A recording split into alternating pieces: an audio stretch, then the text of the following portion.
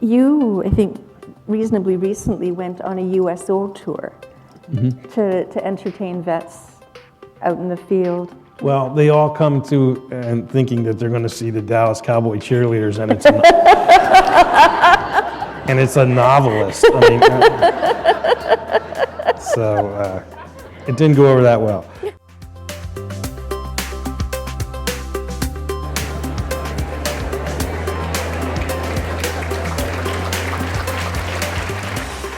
Good evening, everyone. I don't feel like I need to introduce myself anymore, but if you haven't been here before, my name is Yvonne Hunter, and I'm the head of programming for the Appel Salon at the Toronto Public Library.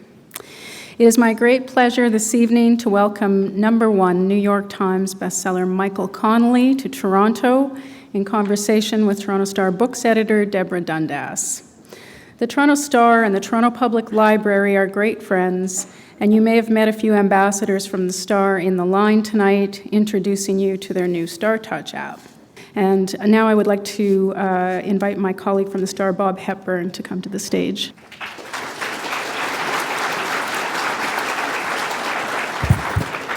Thanks, Yvonne. My role here tonight is to introduce formally Deborah Dundas, our book editor, and our guest, Michael Connelly. Deborah Dundas. Here's how she describes herself on Twitter. Toronto Star books editor and book reporter, lapsed blogger, hockey mom to a hockey-mad daughter. Well, Deb is all of that and a lot more. She's worked full-time at the Star for the past 8 years, and she's been reviewing books for the Star for more than 15 years and has worked in the media for a few more years than that. Before joining us, Deb has worked as books editor at CTV's Canada AM, and where she determined which authors and books to feature on the program. She's also worked as a producer at TVO, where she interviewed or produced shows on popular writers and literary powerhouses. In addition, she's also been project coordinator for the Canada Book Day, sponsored by the Writers Development Trust, where she coordinated the National Literary Celebration with participation from all major cities across the country. Michael Connelly. Well, there may be a few people in this audience who don't know anything about him. So for those 3 people here, let me say a few words. First of all, what you probably don't know about Michael is that he's a reformed newspaperman. He worked for years as a crime reporter for newspapers in Florida and the LA Times before becoming a writer of detective novels and other crime fiction. And let me tell you that he was a really, really good reporter. Most notably, his works features LAPD detective Harry Bosch and criminal defense attorney Mickey Haller. His books have been translated into 39 languages and sold more than 60 million copies. He attended the University of Florida, studying journalism, yay, and creative writing. It was there that he fell in love with the books of Raymond Chandler. After years of working on newspapers, he began writing his first Harry Bosch novel, The Black Edge, which is based on part of a true LA crime. The book was a huge success and won the 1992 Edgar Award for the best first novel by the Mystery Writers of America. I did a little bit of research, and he's won more than 15 major international writing awards around the world. Since then, he's written another 27 books, including the current #1 bestseller, The Crossing, where Harry crosses the aisle to team up with Lincoln lawyer Mickey. 2 novels have been made into films: Bloodwork in 2002, directed and starring Clint Eastwood, who some of you may have known, and The Lincoln Lawyer, made into a 2011 film starring Matthew McConaughey. In addition to book writing, I'm getting just tired thinking of all the typing he's doing. Michael is one of the producers and writers of the TV show Bosch, which is produced by Amazon Studios, and you can see it live or streamed online. It's now in its second season. So tonight, Michael Connelly, always entertaining, always fascinating, will tell you what he and Harry and Mickey are up to now. Please welcome Michael Connelly, Deborah Dundas. Thanks, everyone. That's a very warm welcome. Yes, thank you. I think, like many readers, I'm fascinated that Bosch was even thinking of retiring. And it seems such a sad thing to think that he was going to retire, or maybe still is going to retire. You've brought him to life doing something else in this particular book. Can you set it up? Well, I mean, I think I agree with you that it was a sad day when I realized Bosch had to retire, but the books have always been, he's moved chronologically, you know. He ages a year with each book. They're set in the years they're published. And after so many, I thought it'd be very strange to suddenly have them frozen. You know, and being the, as I've just described, the reformed journalist, I've always liked the idea of being able to use the books to say what's going on in the current year, you know, reflect a little bit about what's happening in our world. And so, you know, you kind of live by the sword, you got to die by it. That's what I figured. And I did think, like, once he's retired, he's not going to be that interesting. And so my goal in this book was to change that idea. And, you know, hopefully I've done that. I feel in the writing process, I had a good time. I was plugged in. I had a lot of momentum in the writing, and that instinctively I feel that what happens in the writing is going to come out in the reading. So I think I hopefully did that. Well, I think absolutely. It's you start off with a very sort of broad palette, I think, just with the crossing, because there's a whole lot of resonance in that title, isn't there? He's crossing over, you know, from being a police officer to looking at crime from another point of view. He's crossing over from being a full-time cop to doing something different. There's all sorts of crossing the victim and the predator. You know, there's crossing there. Was that what you were trying to do? Was create a really broad canvas with that? Well, what I try to do in all my books is have the title mean multiple things.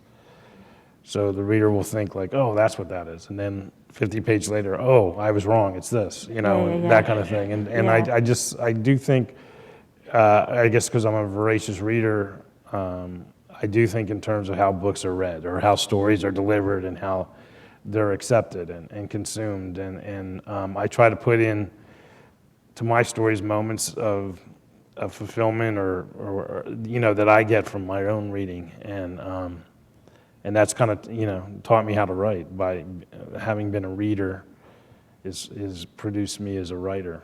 So Raymond Chandler clearly is somebody who influenced you. We know that. Is there anybody else, any other books that have really had an influence on the way you write? Well, there's been, yeah, I mean, it always gets whittled down to one thing, and I think, you know, Raymond Chandler definitely is the guy who made me want to become a writer, but you keep, you know, putting fuel in the tank the whole time you think you want to be a writer, and you're throwing out a big net. And yeah, there's been lots of influences. I think Joseph Wambaugh, who wrote about cops, was very influential. I mean, I write more, like Harry's kind of like Private Eye now, so that's going to be interesting to see where I go with that. And that's more like Raymond Chandler, but for the most part of my career, I've been writing about people who represent the state. You know, they carry badges, they carry guns legally, and that's a whole different set of things to write about compared to like a Raymond Chandler lone Private Eye type story. So that, yeah, Wambaugh was a big, and then, you know, outside of the crime convention, you know, I think when I read To Kill a Mockingbird when I was a kid, that was really an important, you know, it didn't make me say, oh, I want to be a writer, but it was something about the character of Atticus Finch, a guy who would risk everything to do the right thing. That's a very intoxicating type of character, and I think I've been hopefully writing about characters like that my whole career. Well, in this, as Bob said, Mickey Haller, Bosch's half-brother, and him get together, and that really allows you to play with the idea of somebody who is upstanding, somebody who's a little more willing to break the rules. How much left is there to explore in that dynamic? Does this book give you a chance to take a look at that a little bit more? To me, it's exciting to, Harry's always been a guy who would go off the reservation, but he wouldn't go too far, I don't think. Yeah. And, he still was somewhat respective of rules or bound by rules. And I think what this book hopefully does is set up some more books with Harry Bosch, and I feel like he's kind of been cut loose, and he's not going to have straps on him that were on him when he was a police detective, and so it'll be interesting to see where he goes with that or how he goes. I went into the book with a lot of trepidation, just like a real cop would. And I surround myself with people who do this work, and they're friends, but they're also consultants and inspirations. And all of them, are saying, like, don't make Harry work for a defense attorney. Please don't make him do that. And he's crossing to the other Yeah, side. it's I'm using real phrases from the real cops about you're going to the dark side and stuff like that. But I was always, and it's kind of in Harry's thinking in the book, I've always thought that Mickey comes to him and says, I have a client I think is innocent, I need your help. And, no one wants to hear about an innocent person who's behind bars. But what does the trick for Harry is he says, well, if he's innocent, that means there's a killer out there that they're not even looking for. And this person is evil enough and cunning enough to get it pinned on us. And so that's what lights his fire, not the idea that I'm working for the defense now. It's more like I'm looking for somebody that none of the cops are looking for, and they should be. So he's tapping into his real instincts. Yeah. Now, what I found really fascinating too was that he's having to take a completely different perspective on how he approaches everything. For example, just in the way he was looking at the murder book, right? The evidence. And can you talk a little bit about some of the things that he had to look at differently? I'm thinking of sort of the way, there was an example of, in the murder book, one of the things police would do, it's in the book, is photocopy things very, very likely, or very, very lightly, so defense attorneys might miss it and might not actually get all the evidence that they need. Really nasty, tricky little things. I definitely wanted him to feel like I'm on the other side now, I'm an outsider. I think we all, in some ways, feel we're outsiders in the world, and so whenever you can write about someone like that, I think there's where you're making a connection to readers. So I'm aware of that, and I thought that's a kind of a funny thing, that here's a guy who would, in the United States courts, they have this thing called discovery, where all the official documentation of an investigation has to be given to the defense. And, so if they have a chance to mess with the defense, they will. So they have a special copier that needs ink, and they'll use that, or they'll photocopy menus from Chinese restaurants and put it in. And they're known to put in stuff that is a little bit more treacherous, where it would be something that might be actually considered by the defense attorney, And so what do you mean, like? Well, I actually did this in another book where they put just a photocopy of a knife in the thing, and with no explanation, and so that they spun their wheels trying to find out what it meant, and it meant nothing, but they wasted their time. So anything like that. And so I really enjoyed the idea that that was now being done to Harry. Now, in this book, Harry's fairly philosophical. He seems to be missing his ex-wife a little bit. He's become fairly philosophical, I think. Is he looking back? Because it's a time of change. He is sort of looking toward a different future. Is he looking back with some regret, do you think? Is that Is he sort of trying to come to terms with some things? Well, he turns 65 and has to retire, so I think that would be the occasion to look back. And I think he's also, what happens, he has a girlfriend that breaks up with him, I think, by page 40 or something. Yeah, it was quick, that one. Yeah, and it's only like a page and a half chapter. I just don't spend a lot of time on romance with Harry, but... Neither does he. Yeah. So I think he's left kind of thinking like, am I going to be the guy who dies alone? It's also, what's also going on in this book is his daughter is getting ready to go off. He's had like a few years where his daughter lived with him, and they've been wonderful, I think, for him. They've been wonderful for me. I've liked writing those scenes the best of anything in the last few books. But it's now time, just like Harry ages in real time, she does, and it's time for her to go off to college. And so he's like losing his job, his girlfriend, and his daughter all at one thing. So yeah, I guess you would kind of have some regrets and look back at choices made and so forth. But it's also new beginnings. Right? I mean, that's the trick, to be able to not, be crushed by what's behind you, but realize that this can set things up for the future. Now, speaking of Maddie, she's been making more of an appearance, and there have been hints that she might want to become a cop herself. She might want to become a lawyer. And she seems to have an interest in the justice system, just right. Generally, whichever way she's going to come at it. Can you talk about that a bit? Well, she and my own daughter are the same age, so I'm waiting for my daughter to pick what she's going to do. And she keeps jumping all over the place. It's really annoying. But once she picks a path, then I'll have Harry's daughter pick a path. But it's also, again, it's the thing that my books move in real time. So she's 18, but it's going to be, no matter what she's going to do, hopefully I'm still writing in 4 or 5 years. It'd be cool to write about her, as a rookie cop or something like that. And, I'm not done with Harry yet.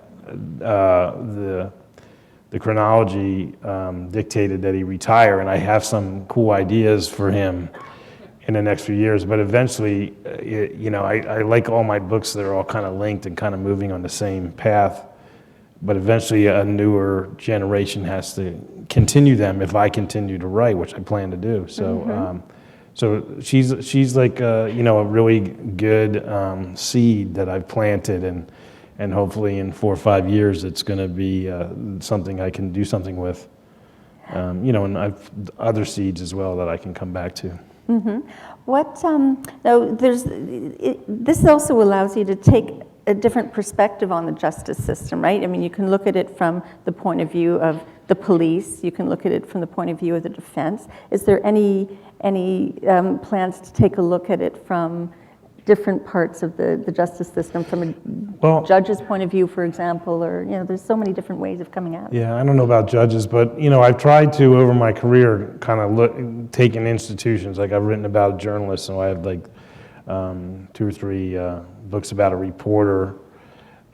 Because I was a reporter, they're not as interesting to me, but so it's about every 5 years I write a Jack McAvoy book, and that's coming up soon. I think I want to. And the business of journalism changes pretty dramatically every 5 years. Yeah. But yeah, I mean, I think I do feel creatively I have to come up with something new, a new character soon. I don't think it will be my next book. It might be the one after that.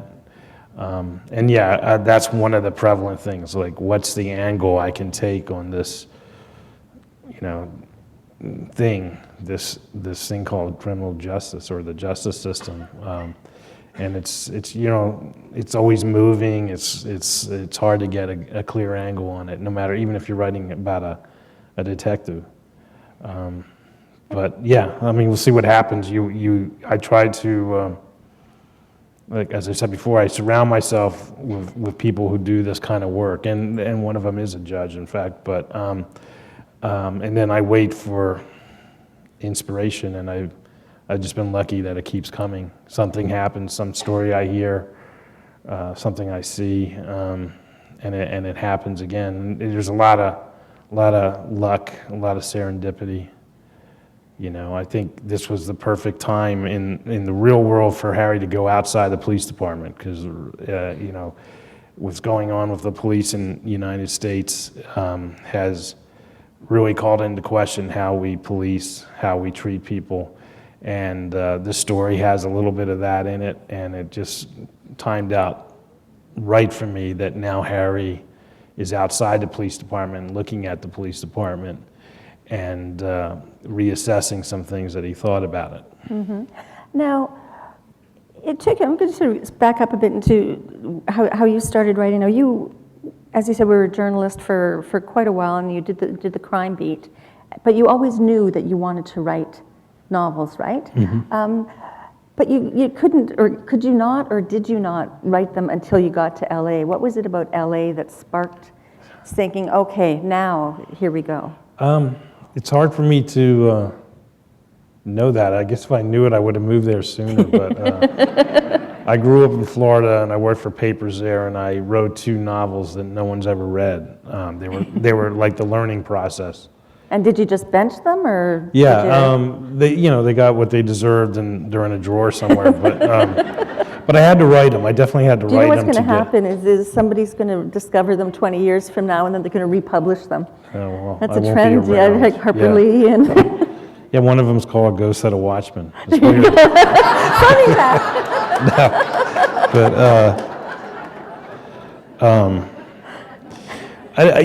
I was missing something, and I very consciously didn't have kids then. My wife and I said, well, let's shake everything up in our life. So we moved almost as far away as you can move. And within my country, we moved 3,000 miles away. Moved to where just so happened, probably my biggest inspirations as far as authors go, wrote about Los Angeles or Southern California.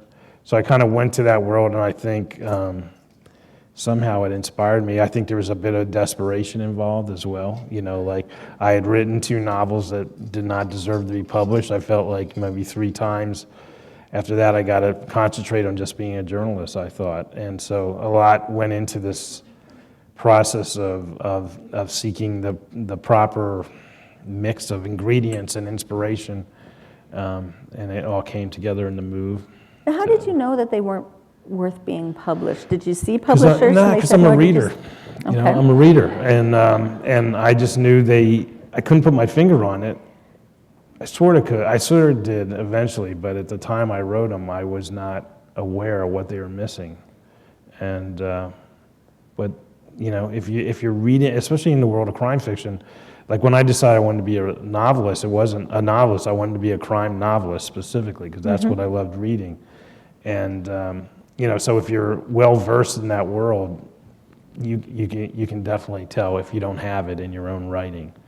And just the opposite is true as well. So when I wrote my first book that got published, which was the 3rd book I wrote, it gets complicated, I knew that should be published. I just instinctively, based on all my wealth of reading, I knew this thing, you know, if the world is right, this will get published. And it won the Best First Novel Right. Award that year. And now how do you keep it fresh then, however many, I mean, you've got 20 Bosch books under your belt and all the others? Well, fresh in what way? I mean, I know how lucky I am to be able to do this for a living, and so you just never lose sight of that, and you treasure it, and therefore you protect it and raise the bar each time. Mm-hmm. You know, I hope I'm never coasting, or I hope I'm never mailing it in, that kind of thing. Now, you've also got the TV series that you're doing. Interestingly, Titus Welliver actually did the audiobook for The Crossing, which I think has won one of the best audiobooks for this year already, which is kind of neat. So he's become Bosch, both in on screen and Audio, yeah. in audio. How did you find Titus? How did you see Titus as being Bosch? There we go. Well, it was weird. I'm a book writer, not a television person, but they wanted me involved, and I brought his name to the casting discussions, because I had seen him in a show where he played a vet with post-traumatic stress, and he was really capable of showing something behind his eyes, damage behind his eyes, baggage behind his eyes, and in taking Harry Bosch and trying to put him on screen, that is the greatest challenge, because the books are very internal. Absolutely. It's how he looks at the world and how he puts things together and what hurts him and what angers him and so forth. And none of that can ever be in a script, so you really need somebody who can project something.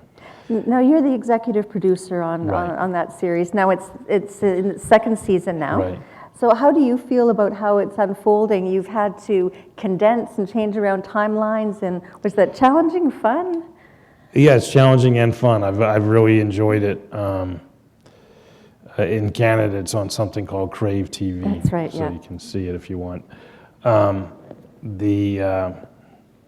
It's telling the same stories about the same character in a different way, because Titus himself is 50 years old, and we're shooting in contemporary Los Angeles. So I write books about a 65-year-old Harry Bosch who just retired, and I write TV shows about a 50-year-old Harry Bosch, and so it's like time travel or something, and and it's refreshing, and it's fun, the seasons are 10 episodes, and they're serialized, so we can, it's not like he solves a murder every episode. So we've been able to take in each season we took from 3 books and find a way of mixing them together. So to me, it's I would hate to retell the story exactly the way it is. Mm-hmm. And then, like, for example, when Harry was 50 years old, his daughter was only 3, but in our TV show, his daughter is 14. So that changes things, because she has conversation with him, and she challenges him on stuff. So it's a fun way of keeping me interested. Very good. Now, how do you write them as well, right? You write the scripts? I write some of them, yeah. How do you find the collaboration process? Because there's such a difference between producing television and writing a book. Well, I mean, to me, again, it's been a fun experience. One is that everyone kind of looks to me as the father of Harry Bosch, so I kind of have a final say on lots of stuff, which makes it easier to give him away to other writers. It's also, I spent like 20 years in a room by myself is the way I kind of feel, and then to have this, a TV show's like a city. There's about 150 people working on it, and they're all creative in some way, and about seven of them are writers, and it's just a fun experience. And because I've always had this opinion when movies have been made and so forth for my books, that my book is untouched, it's sacred, it's on the shelf. Yeah. This is another way of telling stories, and if I take somebody's money, it's their turn to tell the story. And so I've always had this kind of separation that my books are safe, and and I think what they've done in the TV show has been great. I really like what we've done, and I think the second season is much better than the first, and hopefully we'll get a third, and that will be even better. Now, what was your favorite part about taking Bosch from the page to the screen? Well, it'd be hard to say like a specific thing, but I mean, there's something amazingly thrilling about seeing the flesh and blood person saying lines that you wrote, sometimes lines I wrote 20 years ago, Another cool thing is that, I'm not a perfect writer, and hopefully you get better as you go on, but we've used some of the early books. And you go into a room with 7 or 8 professional writers, and they'll point out stuff that doesn't work in your books, and You're going, and we get to correct it in the show. So I think the plots are more solid on what we've done on the show than that were in the books. Did you ever think there was a danger to bringing Bosch to life using an actor? Because part of the reading experience is we bring our own preconceptions Right. to the book, and so every time, every reader has a sort of personal, individual experience with your book. Yeah, it's very dangerous because you are messing with that, and that's what's so beautiful about reading, is that you create these things. I do very few descriptions of Harry Bosch in the books because I trust the readers to create him for themselves, because that's the way I like to read. I like to create. I don't like read a book and say, oh, this guy reminds me of Harrison Ford, so I picture Harrison Ford. I create wholly realized visual images in my head, and so I write that way, so people who are like that can do it as well. And so now here I'm saying, this is what he looks like, by the way. 20 years into this is what Harry Bosch looks like. So I know the show's not for everybody, and maybe people will look at it and go, that's not my Harry Bosch, and then quickly, stop watching. And I understand that. But the stories are different enough. And like, as I said, this guy is 15 years younger than the current Harry Bosch in the book. So I think there's enough separation that people can still enjoy it. Now, you had to bring LA to life in a different way in the series than you did in the book. I think people were worried that Los Angeles might not be as much of a character in the series as it is in the book. How did you negotiate that? Well, I'm an executive producer, but there's 3 others, so that we have kind of like this brain trust, and we're dedicated to making LA a character. I know when I made the deal originally, I made it in the contract that every shot would be shot in LA, just so we would have the real sense of LA in it. And that's a lot of it is where I come in, because I can, writers will write their scripts, but I can kind of help gear them towards locations and, even restaurants. We use real restaurants and things like that, all out of the books.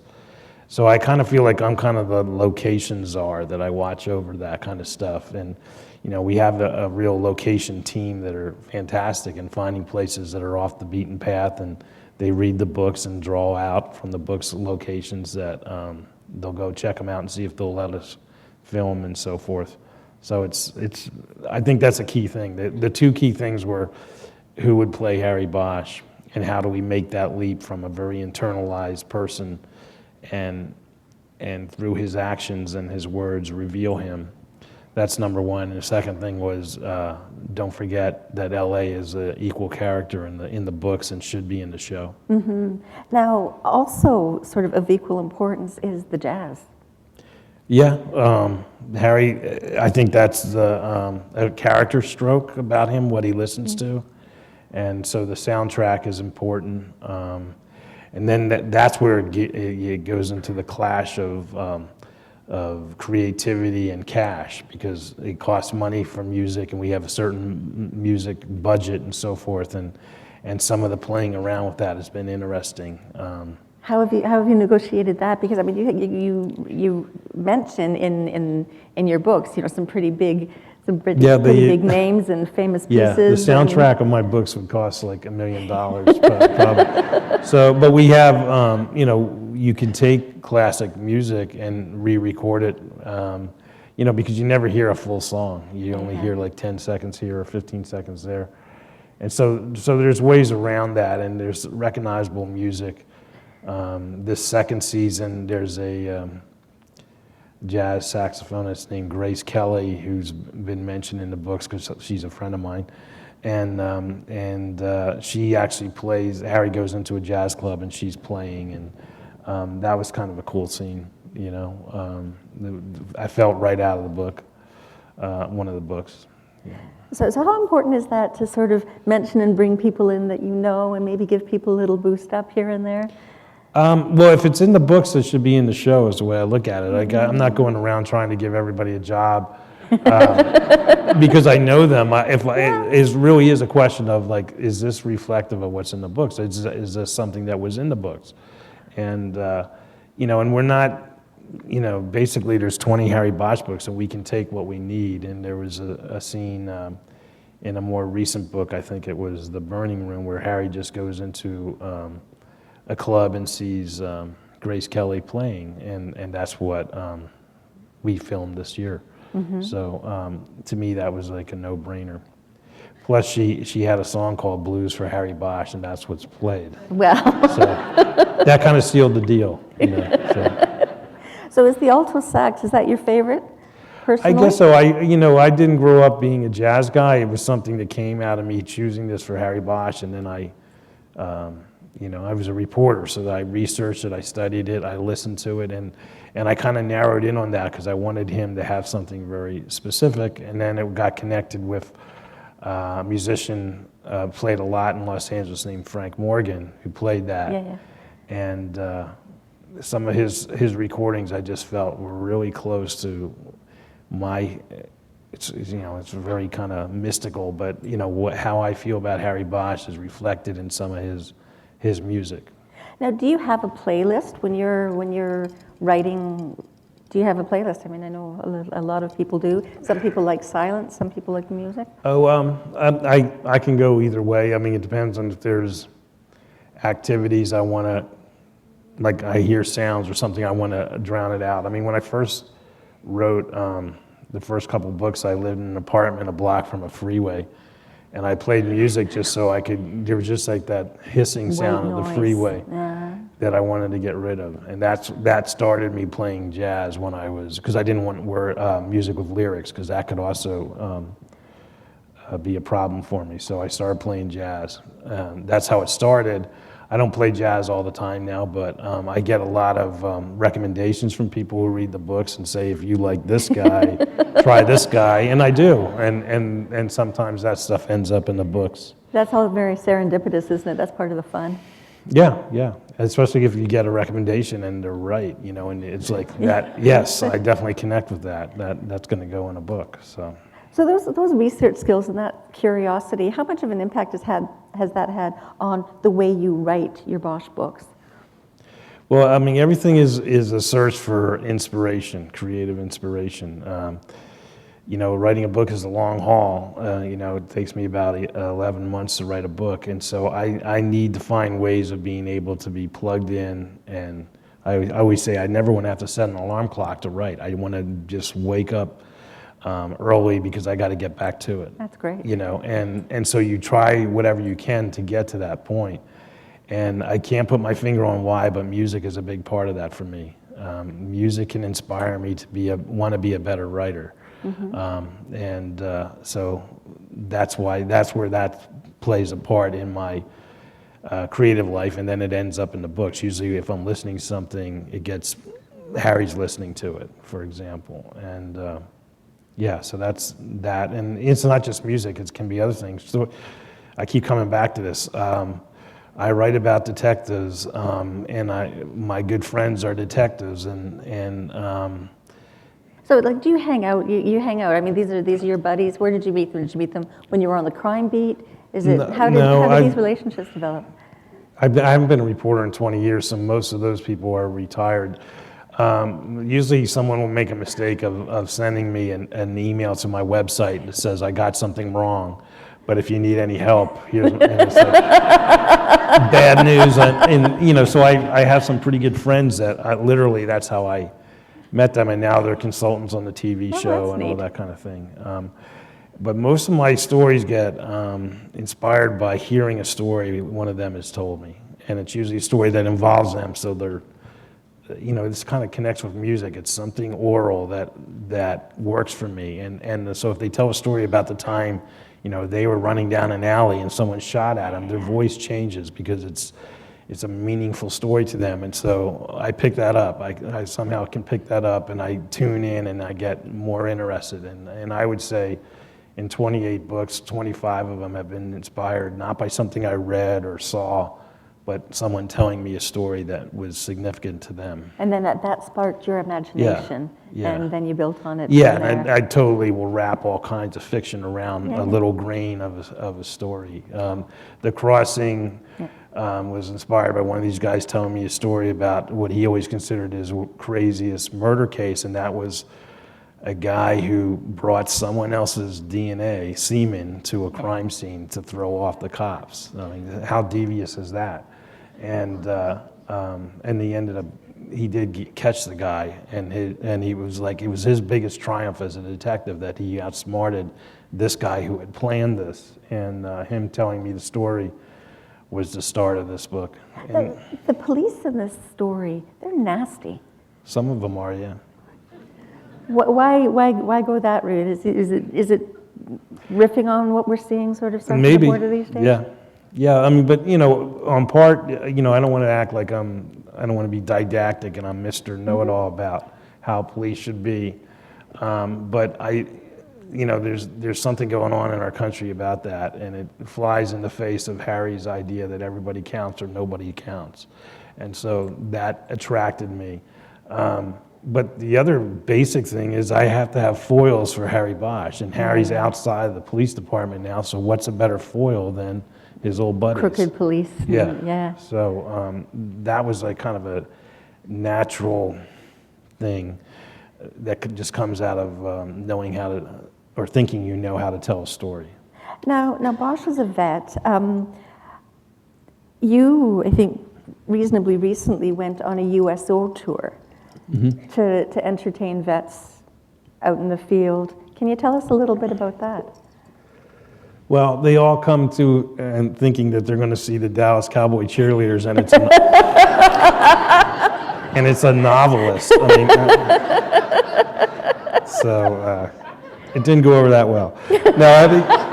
No, actually, on all these bases all over the Middle East, they have library tents that are libraries. So it was kind of cool. It was pretty amazing. I went there with great trepidation, thinking like, shouldn't I be a singer or a cheerleader or something, a WWE fighter or something? And but there is, they have massive bases, and so if you have 80,000 people, there's going to be a few thousand who are readers. And, are the bases that big? 80,000?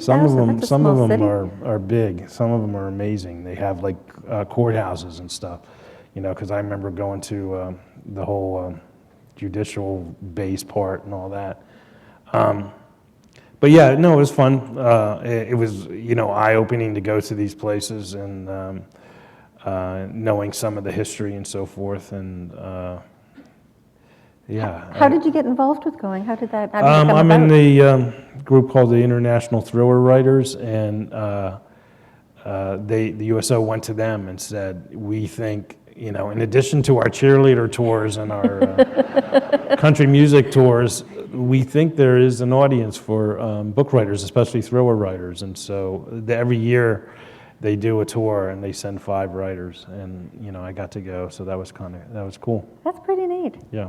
Now, you also do, we will look at the front of mysteries and thrillers, and we always see sort of lead child, doing blurbs, and we also see you doing blurbs for what we call blurbs in the business for new writers. How do you choose who to endorse that way? Is it important to try and give people a boost by doing that? Well, you probably know more than me. I don't know whether blurbs mean anything. I know as a buyer of books and a consumer of books, they mean nothing to me.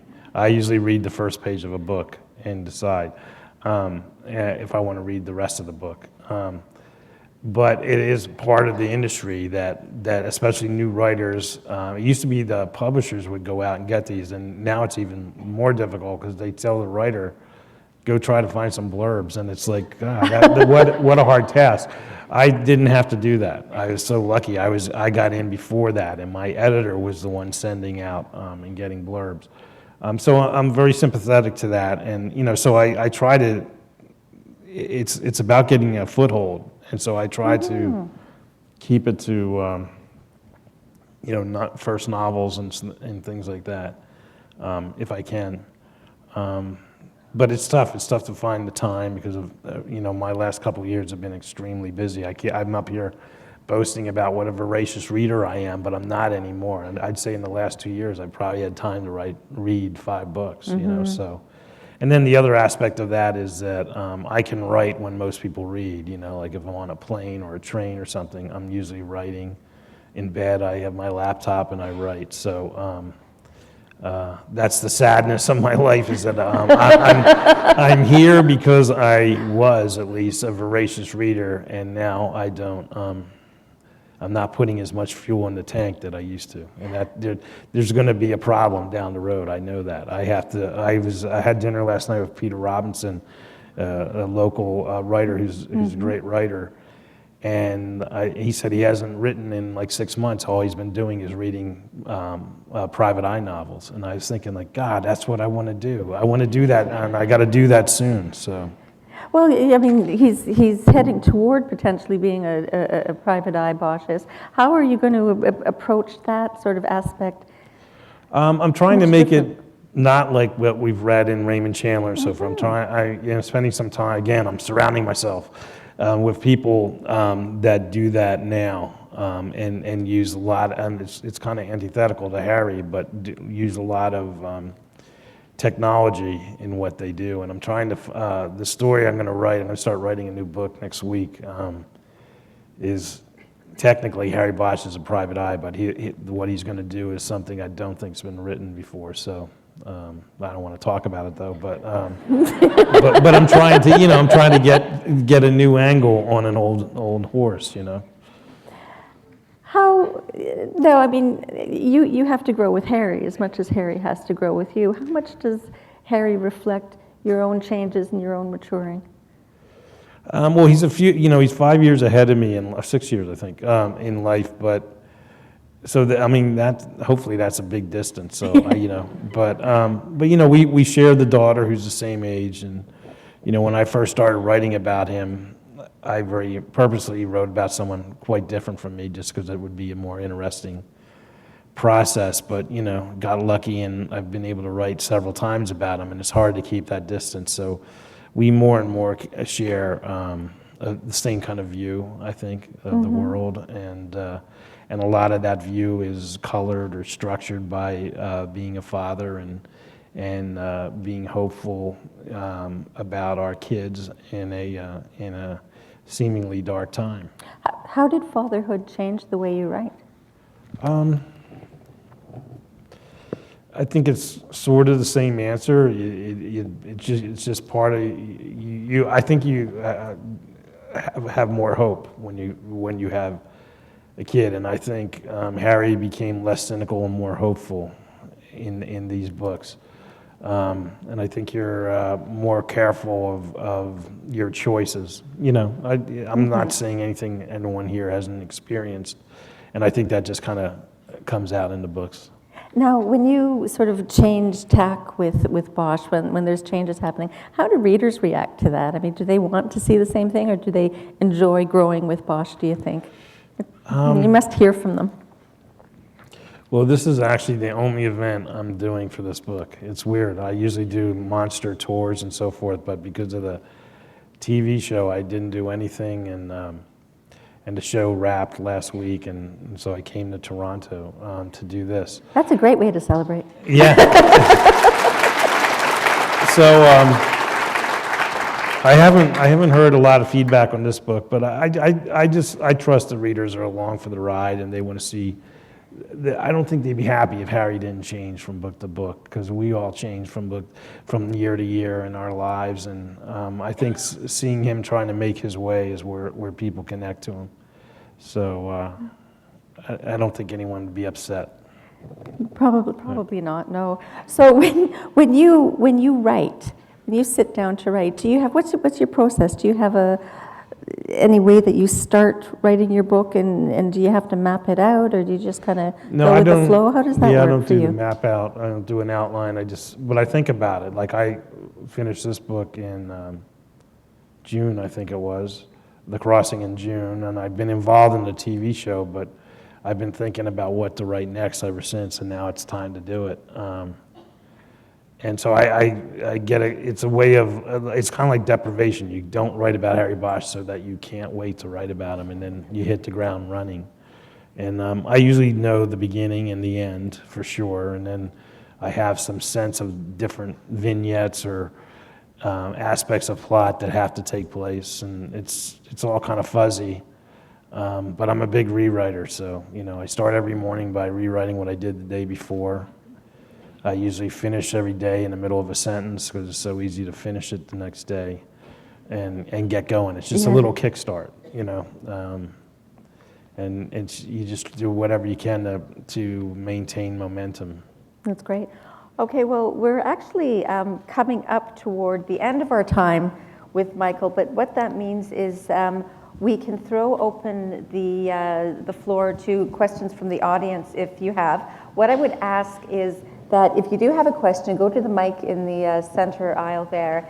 And the second thing I would ask is, I'm sure you all have wonderful points of view and thoughts and opinions, but you can email Michael with those. What we'd like to hear are questions. So if you could have a well-formed question, that would be fabulous. And just feel free to go up, and we'll go from there. But I want to ask you about. We've been talking all about Bosch. What about Mickey Haller? Where's he going? What are we going to see from him? Yeah, I don't know. I mean, he plays an important part in this book. And it's funny, like I said, maybe this is my problem of not outlining books. The first 2 chapters are about Mickey Haller, and then he's kind of pushed aside as Harry takes the center stage. And, I didn't really plan it that way, but, I got momentum of Harry, and it just kind of went from there. This book also has another point of view of the villain or villains, and that's kind of new for me, and I think that comes out of my TV writing. Some people say, is working on this TV show influencing how you're writing books, and in terms of like that might be negative, or I hope not, but I think it has, but I think in a positive way, because in most of the Harry Bosch books, he's in every scene, and you see the world completely through his eyes. And when it comes to make a TV show, you can't do that. You can't have the actor in every scene, because you'd kill the poor guy, because they're long days. So part of the process on the show is to create strings of story and scenes, like with his partner without Harry in them, his daughter without Harry in it, and so forth. And that's all breaking out new stuff from the books. And so this changing point of view in the shows must have rubbed off, because for the first time in a long time, I have this the point of view of the villains in a Harry Bosch book. Yeah. Okay, sir, would you like to start with your question, please? Yeah, thank you. I'd love to. How do you come up with these names? These ironic, evocative names like Hieronymus Bosch or Kismet Rider or Mickey Haller? Believe me, there's a story behind all of them, but it's all, these books live and die on character, connecting character to the reader. So you never call someone Joe Smith. You do something that has a resonance in some way. Sometimes it's just a name. I remember I had a killer in one book. I called him Karch, just because it was a harsh name, and he was a really bad guy. I studied, when I was in college, I studied Hieronymus Bosch's paintings, and they had an impact on me, so I named this character, Hieronymus Bosch, thinking that he would work in a world that's like the paintings, which is a world gone wrong. A crime scene is a world gone wrong, and that was the connection there. Mickey Haller is a really long story, but it means something. Mickey Haller's dad is Harry Bosch's dad, and so way back before I wrote the Lincoln Lawyer books, I mentioned his name in, I think, the second book, and it was just because if Harry had his dad's name, his name would be Harry Haller, and that's the Herman Hesse's Steppenwolf. That's his name, and and who's the loner, the wolf of the steppes. Just stuff that you sit there and entertain yourself with this stuff, so you can avoid writing. I knew there was a lot to this. Thanks very much. Great. Thank you. Yes, Miss. Hi. Thank you so much. Your comments have been really interesting, and particularly you talking about your process as a writer. And so being a reader is really what taught you how to write. And you also talked about how you create momentum for yourself by stopping off mid-sentence. I'm just wondering if you have any other tips or encouragements for those of us who are kind of toiling away as writers. I don't really have tips. Something I probably said them all. I just have this thing that it's a noble pursuit, and like any other kind of job, I think you get better at it. So I'm always saying people, if you're going to be a writer, you got to write. You got to write every day. You got to not talk about it. You got to do it. I had a college professor in creative writing who added to that. He goes, if you're going to be a writer, you got to write every day, even if it's only for 15 minutes. And it's because if you connect with what you're writing, even for 15 minutes every day, that story that's circulating in your head won't go away. You won't lose that string. You won't lose your momentum. And I think that was basic, obvious, but some of the best advice I ever got, because many times it's been only 15 minutes I could get to what I'm doing. Great. Thank you. Next. Got a good lineup here. I'm one of the 3 people that didn't know who you were until tonight. I came to learn about small business taxation. When you were talking about moving to Los Angeles, I couldn't help but thinking of John Fante. I was wondering if there was any sort of John Fante influence in your writing. What influence? If there was a John Fante influence at all. Yeah, When you talk about Southern California. Yeah, but I didn't know about him until I got out there. I moved to LA when I was 30, and you know. So can we explain who John He's a Fante very is? LA writer. Wrote a book called Ask the Dust, which is a great book. And the reason I discovered him, his son is also a writer, and I crossed paths with Dan Fante, and read a couple of his books that led to his dad's books, and he's kind of like not like exactly like Charles Bukowski, but kind of a revered LA writer like that. But yeah, I like his stuff. Okay. About an LA that no longer exists, kind of. That's neat. Thank you. Yeah, hi, this is kind of a two-part question.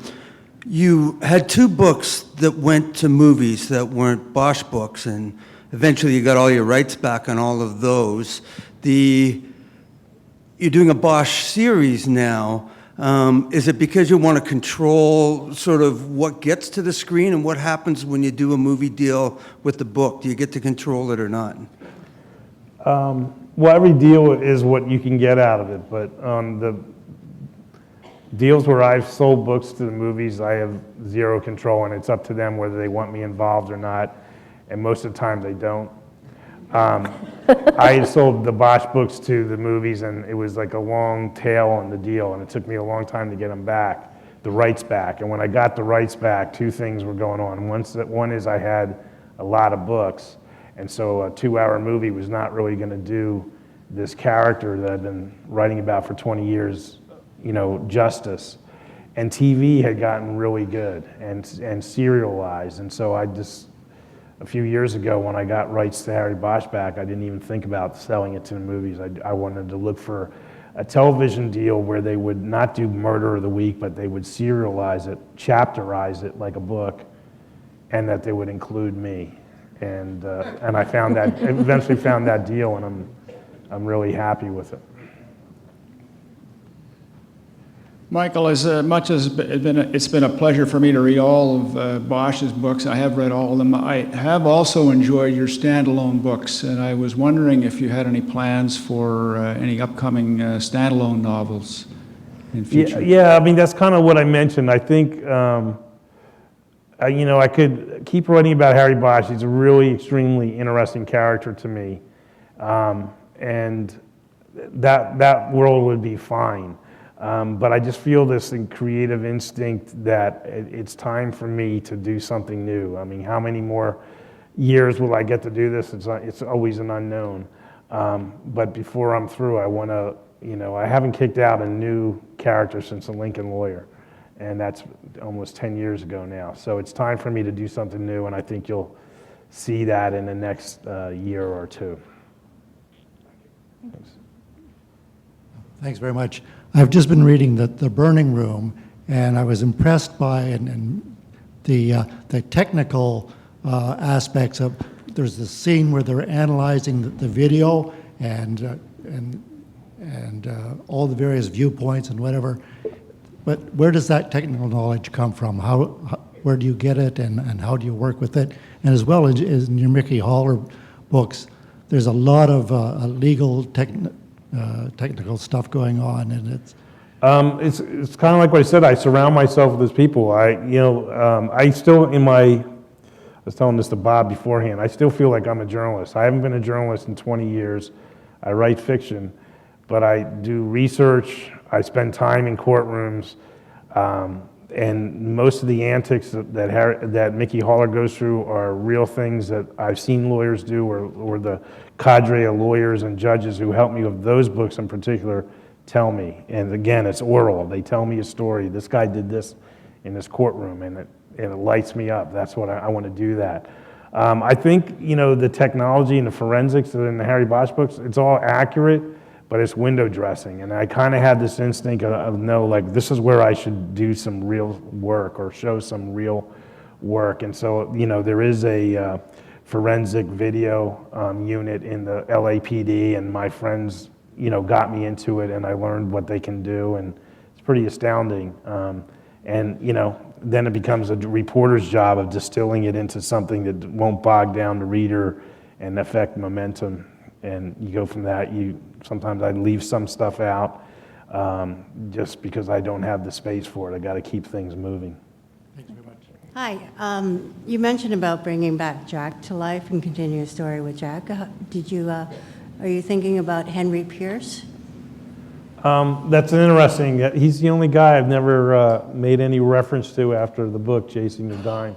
And he's kind of modeled on my brother, and my brother's in the scientific community, and I've always loved the way they solve problems, and I wanted to do that. I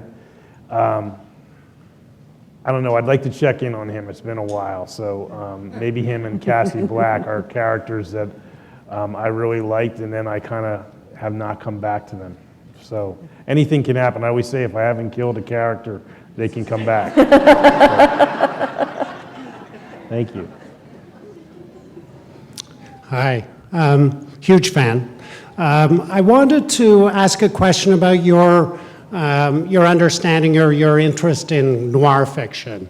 And in particular, noir fiction, it provides a unique kind of a lens, an outsider perspective on our society. And I think that's true about your work as well, where the character gives you a perspective on contradictions of race, of class, sexism, homophobia, the contradictions that seem to, for some reason, seem so at home in LA, but they're at home all over the place. And I'm wondering whether that's something that drew you to the form, or whether it emerged out of the characters and the stories, because I think it's something that you do really well. Well, thanks. Yeah, I think it's definitely what drew me in. I mean, it's weird. What made me want to become a writer are these kind of books. And then I didn't really write those kind of books because I spent all these years as a journalist on cop beats, and it really was obvious to me. I have a press pass that gets me into police stations and close to crime scenes, and that's really what I should write. I should write about a guy with a badge, not an outsider looking in with a cynical eye at the cops. And so even though it's what brought me to the table, I then went and sat at another table for a long time. And I tried to employ some of those aspects. I've always looked at Harry Bosch as an outsider with an insider's job. And what's exciting to me now, and there's a little bit about in this crossing, I think it's more a noir kind of based book than I've written in a long time, or maybe ever. That now with what's going on with Harry, he's now a real outsider, and I hope to explore that world more fully. It's kind of like coming back around to what inspired me in the first place. Well, thanks very much, Michael, Thank you for all joining for coming. us.